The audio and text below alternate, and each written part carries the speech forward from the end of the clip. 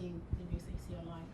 I think it's disgusting, the amount of abuse she's received from the public, from the media, from the press. We're talking about a young player here that, no question, is always working to learn in the background and bits and bobs, but some of the language I've seen used to vilify her externally, I think is unacceptable. I don't see the same level of abuse attributed to other players in the league who might have had their own challenging moments, and I think it's fair to say that if I'm in her position, I'd be thinking that there is racial profiling going on, and I think it's important for the country to recognise she's an important talent and she is learning all the time and she makes mistakes. But I think some of the derogatory and very misleading conversations that are happening during the commentary, during the games, on social media is something that everybody should reflect upon. Is it frustrating to see, because I spoke back to Lydia earlier on, Lauren is very strong, but this stuff takes its toll. Like, how is she?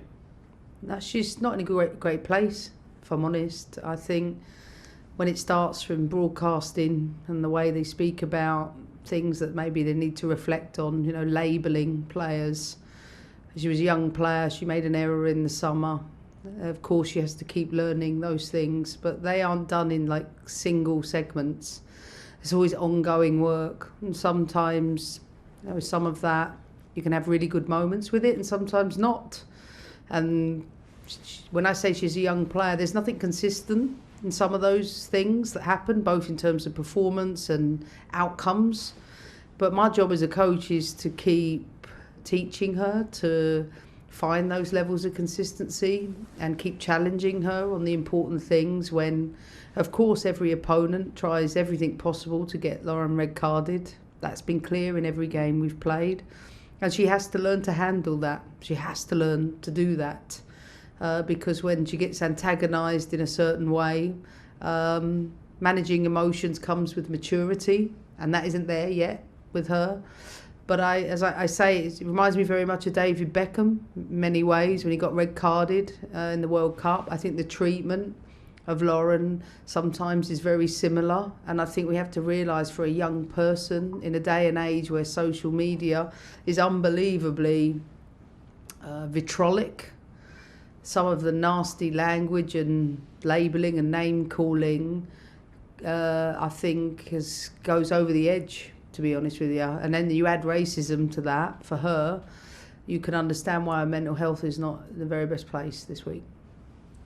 And with regards to... There's a lot of rivalry that you have across the league and the bantering with the fans on the drive home. Oh, look, I think it's good. I think that is what the women's game has missed for the last 20 years. I love now that, you know, there's 60,000 people, whatever there was on the weekend against us. I think it's amazing for the women's game, and anyone who knows me personally knows that I do all these things on a daily basis. I love to just have fun. Like, you could see me smiling, and of course I hated losing and I hated the performance on the weekend, but at the end of the day, this is football, you know. And you stated a fact.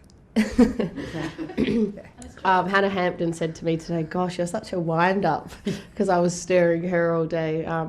But look, I think it's great for the women's game. It happens in the men's game, and I think it was funny by the Arsenal fans. I couldn't hear them, luckily. We had some music on in the car, but I've seen the video now and heard that they were doing their Arsenal chant. But it's good for the women's game, I think. I'd much rather that drive down the street and get heckled by some Arsenal fans than drive down the street and have no fans. So I think it's good for the women's game. Yeah, and I guess it's healthy competition amongst the other players as well. Of course, I think it goes both ways. I think there's always a fun side to it, but like Emma said, when it crosses the line, it's obviously not great. But I think good rivalries like that are good for the game and make the game more enjoyable. I mean, I'm a football fan too.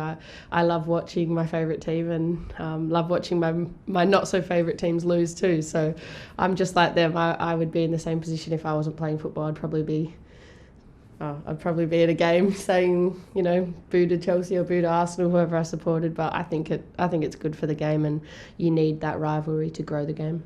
Looking ahead to this game against Hacken, especially from the most recent game.